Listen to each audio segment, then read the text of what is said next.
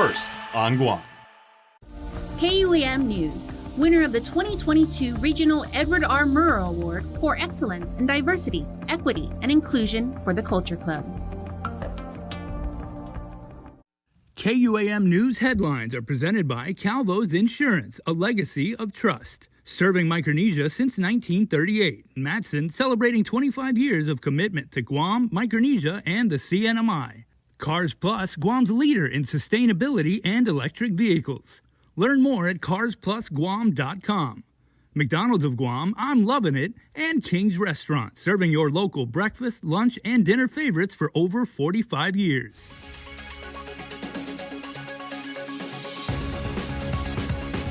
Ahead on KUAM News Primetime.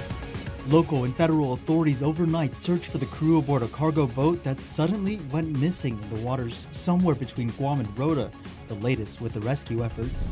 Protesters from the island's motorsports community descended in central Guam today, and I'm Jason Salas, and I'll show you how the island's motorsports community came out in force to save their beloved racetrack facing eviction.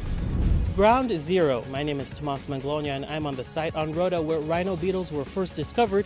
We have an update on the spread and how traps like this are meant to contain them. Half a day and good evening. Welcome to KUAM News Primetime. I'm Nick Delgado. Destiny Cruz will join us with a report later in the show. We begin with news first. We brought you overnight search crews from Guam and the Marianas, to include the Coast Guard, spending hours looking for the people aboard a cargo boat that went missing out at sea. Regional correspondent Tomas Manglonia has been covering the events on the ground. Tomas, are authorities closer to finding all three crew members? Nick, just before press time, the search for the three mariners has now come just down to one. Two mariners were found in between Guam and Rota this afternoon, and now we're joined with the Special Assistant for Homeland Security, Military, and Veterans Affairs, Ike Mendiola, with the Mayor's Office. Ike, what do we know so far? This is some good news we're hearing, right? Yes, fortunately, we're able to, rescue two of the mariners, and I quote, they're in great condition according to the United States Coast Guard Guam sector. Both individuals are in great condition, health-wise, physically, and everything. We still need to account, unfortunately, on one remaining mariner person.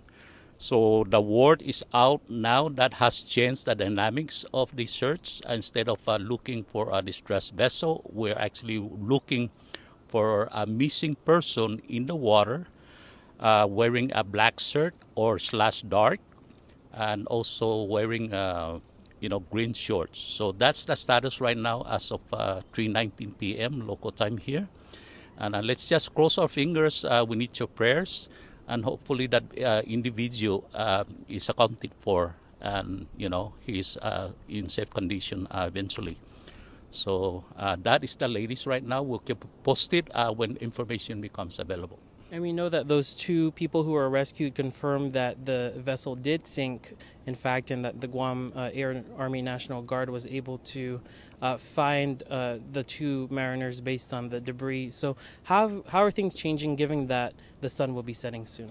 Okay, it's a unfortunate situation because we need to account for visibility. Right now, we're not looking at a motor vessel, or illumination to indicate the search, to identify within the vast water. Now we're down, like literally looking for a needle in a haystack. So hopefully with the remaining daylight hours, we'll be able to find these missing individuals. And we need your prayers and the community. Keep our fingers crossed. So by nightfall, that will totally get us back to ground zero last night, because visibility is poor and totally not possible to identify that missing individual within the vast area of water. Right. Thank you so much, Ike Mandriola with the Mayor's Office. Of course, we are now inching towards 24 hours since that distress call was given last night around 7:30 p.m. We will continue to update you on KUAM.com. Thanks, Tomas, for that report. Well, in a move that will save millions of dollars in local money, the Biden administration announced it is waiving all cost share and matching fund requirements for territorial governments. The announcement was made at the annual Interagency Group on Insular Areas Conference in Washington, D.C. today. Nessa Lecanto reports. The event was co-hosted by the White House and the U.S. Interior Department, which announced that the Biden administration has directed all agencies and departments to waive for the territories all cost-share requirements under $200,000, with an option to also waive matching fund requirements for grants greater than $200,000. Interior Secretary Deb Haaland said, quote, "In implementing this new policy, territorial governments will have greater flexibility to access these funds, further equipping them to upgrade critical infrastructure and invest in climate resilience." The yearly Interagency Group Conference is meant to advance key issues such as climate change, economic development, energy and infrastructure, among others. Attending the conference for Guam and the CNMI were Governors Lou Leon Guerrero and Arnold Palacios and Congressmen Gregorio Sablan and James Moylan. This is good news, and I'm glad this is going in this direction. It's helpful.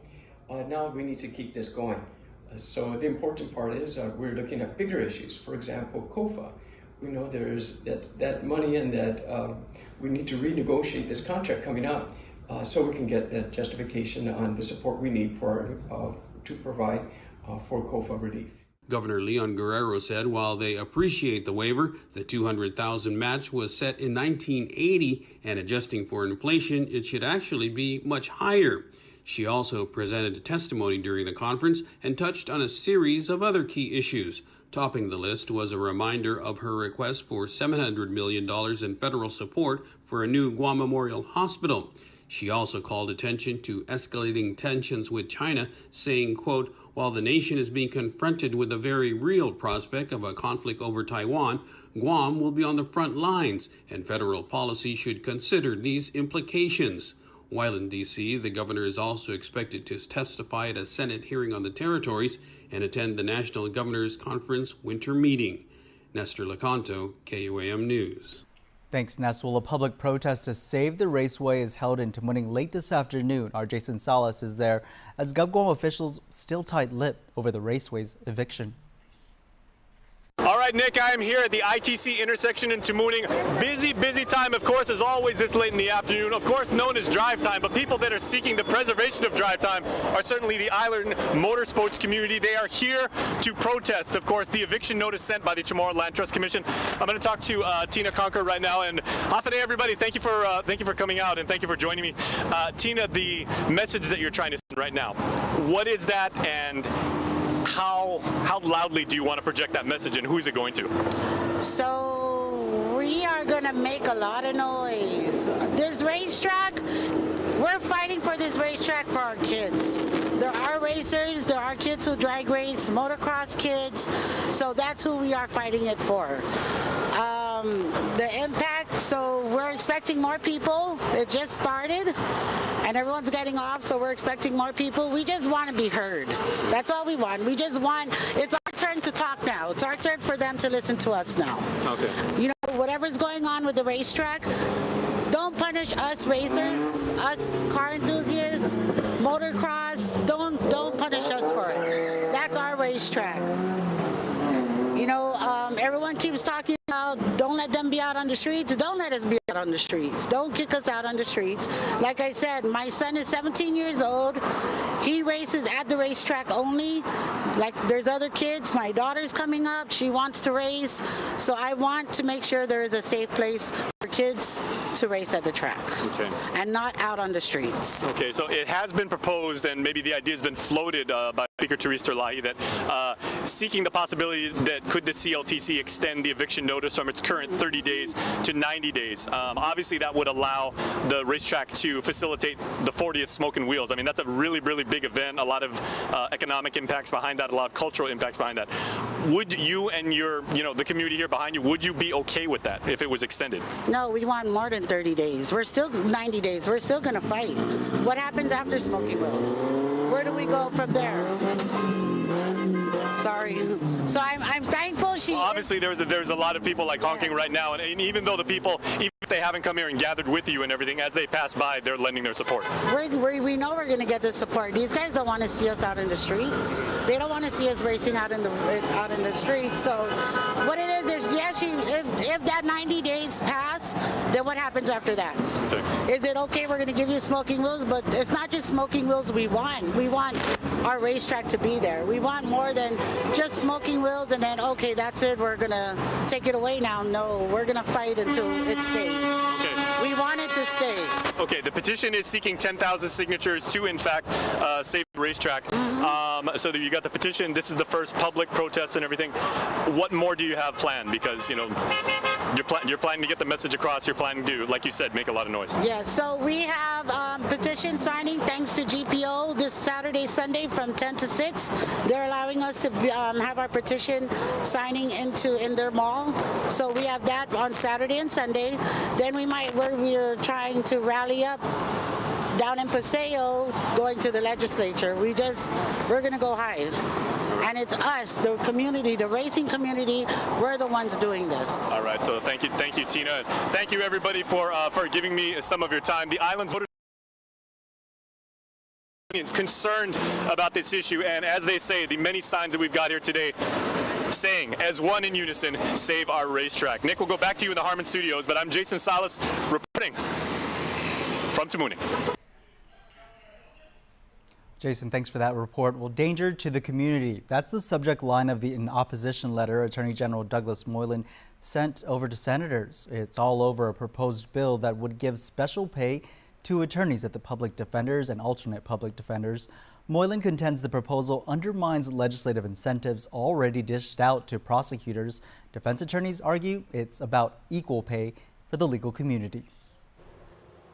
Defense attorneys could be getting a bump in pay plus 15% if a bill introduced by freshman Senator Roy Kanata becomes law. Bill 33 would tap into FY 2023 general appropriations and other funds available from prior years to pay for the increases. The measure stating it would benefit those at the Public Defenders Service Corporation and alternate public defenders. It will hurt the people's ability to protect themselves using the AG's office. Attorney General Douglas Moylan sent a letter to lawmakers today hoping they would kill the bill. Will cause crime victims to have no relief through our court system and the juries. You're going to take away the prosecutors from the Attorney General's office. Attorney Peter Santos with the alternate public defender's office saying it's about equal treatment, noting prosecutors already got their 15% to do an equally stressful job. We do the same nature, the same work, even to a more stressful degree, because we're dealing with the defendants, right? So we have to go into DOC all the time. They don't have to go into DOC all the time. We have to do a lot of extra work, and we have less resources than they do. So it's about parity. Santos claiming the problem at the AG's office is leadership and not pay. He calls Moylan's opposition illogical and delusional, in my opinion.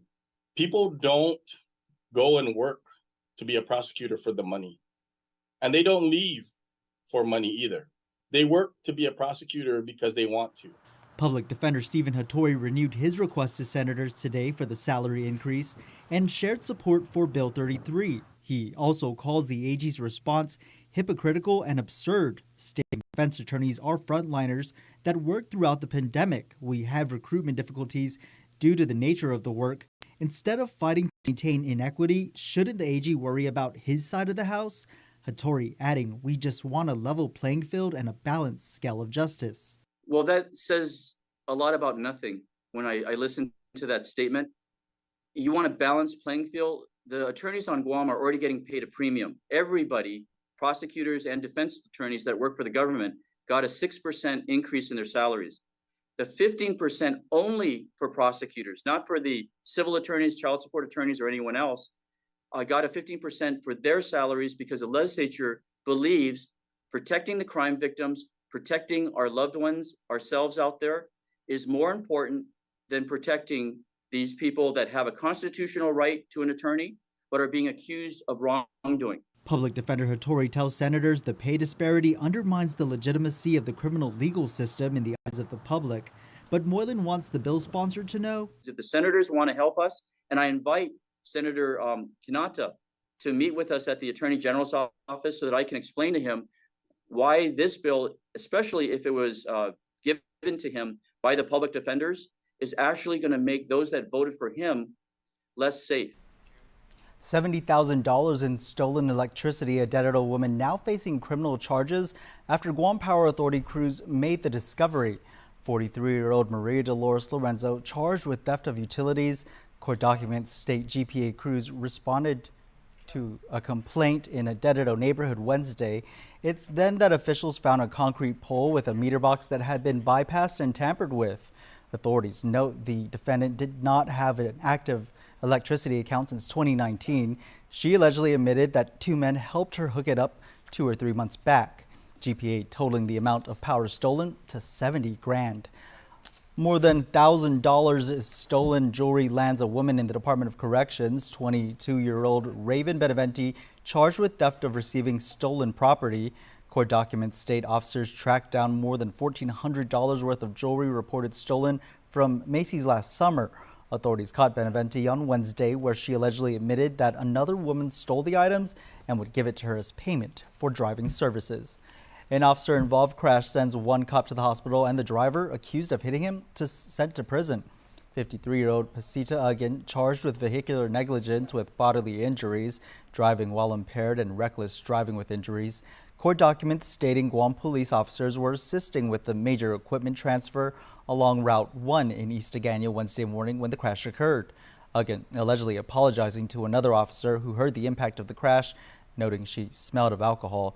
The officer was taken to Guam Memorial Hospital for his injuries. Donovan Apiag, an island son serving as a firefighter in Texas, has a long road to recovery after receiving 2nd and 3rd degree burns responding to a Houston apartment fire. Jonah Goncharfers has more on how the Brotherhood and Sisterhood of Fire Departments are rallying to raise funds for his medical bills. The men and women of Houston Fire Ladder 26 have established a GoFundMe page to help one of their own, 26-year-old Donovan Don Apiag, on his road to recovery. It was on February 4th, Apiag, a firefighter and former Guam resident, was responding to an apartment complex fire near Hobby Airport. According to the GoFundMe page, crew members went to the roof to ventilate a 2-story building when the roof suddenly caved in, engulfing Apiag. Crew members were able to rescue and pull him out. However, the husband and father to a 1-year-old son sustained 2nd and 3rd degree burns to his hands, lower back, feet, and legs. He's currently at Memorial Hermann Hospital in the medical center, where he has already had 1 surgery with more likely to follow. His road to recovery also includes physical and occupational therapy and mental healing. Apiag comes from a line of firefighters. His dad is a retired captain with the Guam Fire Department, where he has 1 brother there and the other with GIAA Aircraft Rescue Firefighting. If you would like to donate, you can head to GoFundMe.com and search Houston Firefighter Donovan Don Apiag. Jonah Goncharfers, KUAM News. We're going to take a quick break. Keep it here. You're watching KUAM.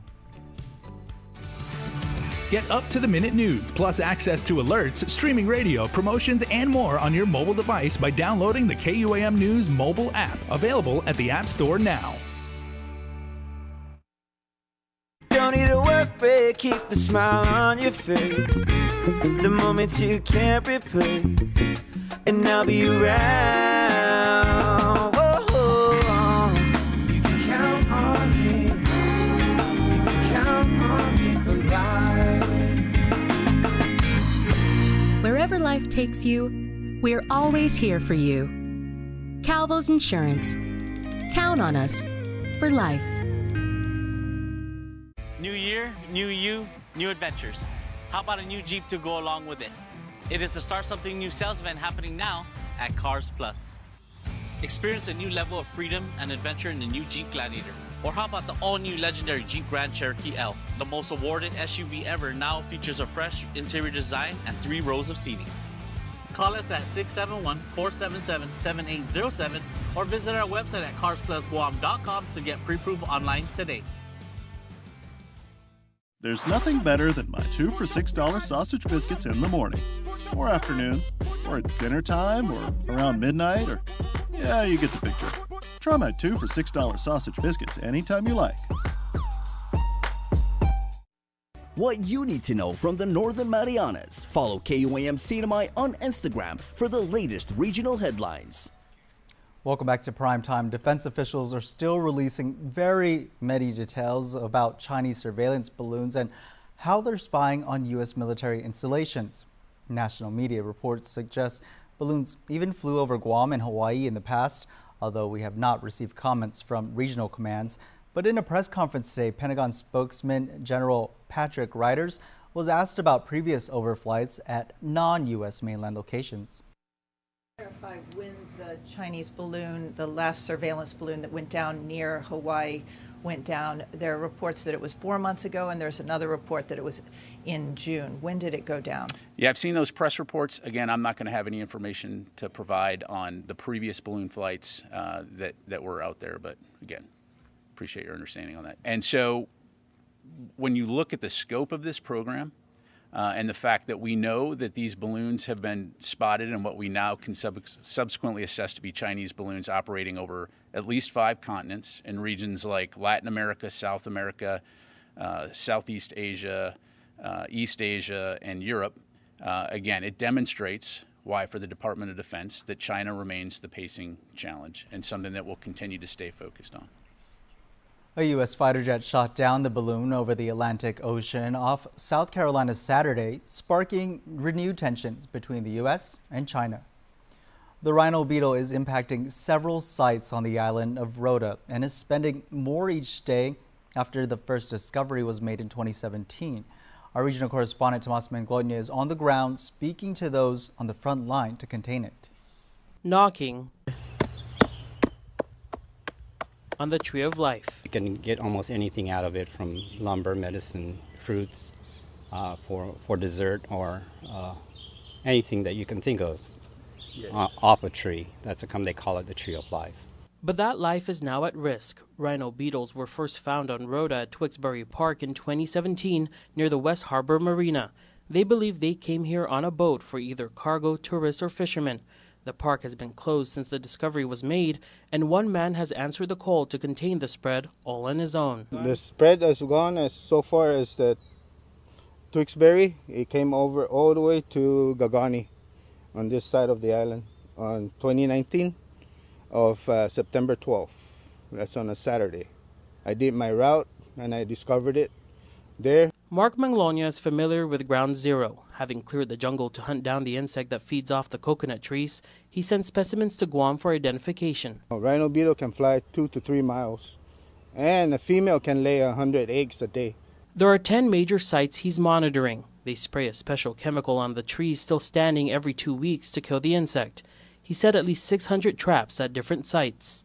This is one way they work to contain the rhino beetle spread. They pile up debris, cover it with a special net, so that when rhino beetles fly into it, they can't come out. But even with all these measures, he's in dire need of help. A couple of years ago, I was by myself, and I've been asking for help or hire another employee for me to do it, but I stuck in there.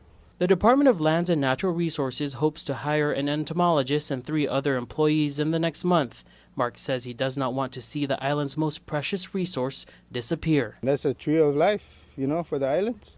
Tomas Manglona, KUAM News, Rhoda. Guam remains in a pandemic status. That's what Public Health Chief Medical Officer Dr. Bob Leon-Guerrero says is the state of the island despite the end of the public health emergency. And with President Biden announcing the end of the national public health emergency this May, Leon-Guerrero adds it's not clear when funding will stop for free COVID vaccinations and testings. Eventually, all of these vaccines and tests will be charged, but at this point in time, there's been no mention about when that will happen. But it was never intended to be free for extended period of time, just to help cover the emergency situation. And although the public health emergency is over, the pandemic is not. The pandemic is still ongoing. Meantime, he encourages children 6 months to 5 years in age to get vaccinated. Though the symptoms may not be as severe for younger children, he says they do help spread it to the elderly. That's the only missing piece is the younger generation getting vaccinated. We can do a much better job in that. I would encourage parents to talk to their pediatricians about their children, about whether they should be receiving the COVID vaccinations. And I'm pretty sure most pediatricians, if not all, would recommend having their children vaccinated. Public health officials reporting hospitals are seeing a COVID uptick with the elderly, those ages 75 and over the past 2 weeks.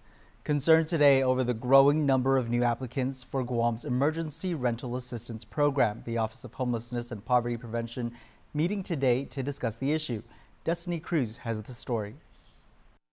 A drastic uptick in people needing help to pay rent. Government officials announcing today that 60% of applicants for the fifth cycle of the Emergency Rental Assistance Program are brand new. The island is emerging during what feels more like post-pandemic times, yet many are still struggling to make do. Guam Behavioral Health and Wellness Director Therese Areola raising questions over the increase in applications. She's extenuating additional hardship, financial hardship on their households. Lin Lu adding more perspective as eligibility evolved in ERA 2.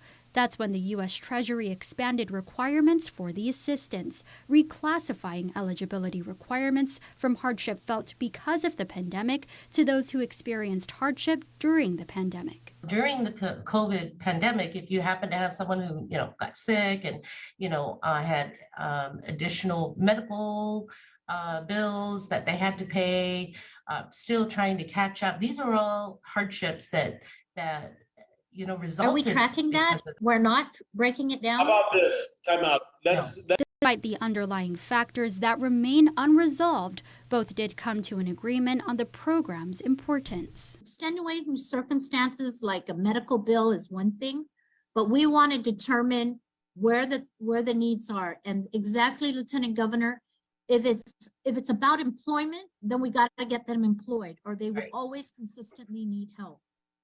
So we need to move that need. Yeah, all right. Officials decided to meet again next week to look deeper into the data to more clearly define why there have been more and more people seeking the help. Destiny Cruz, KUAM News. Thanks, Destiny. Well, United Airlines flight headed to Narita, Japan is forced to turn back after some of the crew fell ill. United Corporate Communications confirming Tuesday's Guam-Narita flight had to return to the AB Wampat International Airport shortly after takeoff due to what they only explain as flight attendants' health issues. The specific health issues were not disclosed. The airlines telling KUAM our team at the Guam airport provided assistance to customers of United Flight 196. United adding we recruited Flight 196, which departed Guam at 7:25 p.m. the same day. The Federated States of Micronesia is expected to ink a $2.8 billion deal in compact sector grants with millions more in federal projects. In his recent visit to Japan, FSM President David Panuelo told media at the Japan National Press Club that the nation is finalizing its agreement with the United States. While in Japan, Panuelo also joined Japanese officials, including Prime Minister of Japan Fumio Kishida, in opening a new embassy building in the country, marking their continuing 35-year diplomatic relationship.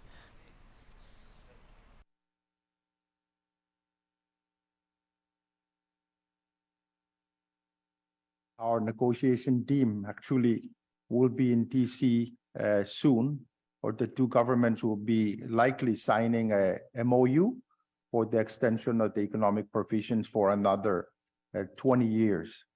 And so our relationship has three main pillars under the compact, which is political, economic, and defense or security. Panuelo has been participating in high-level security talks, giving concerns about North Korea and China in the region. He reiterated Micronesia's allyship with Japan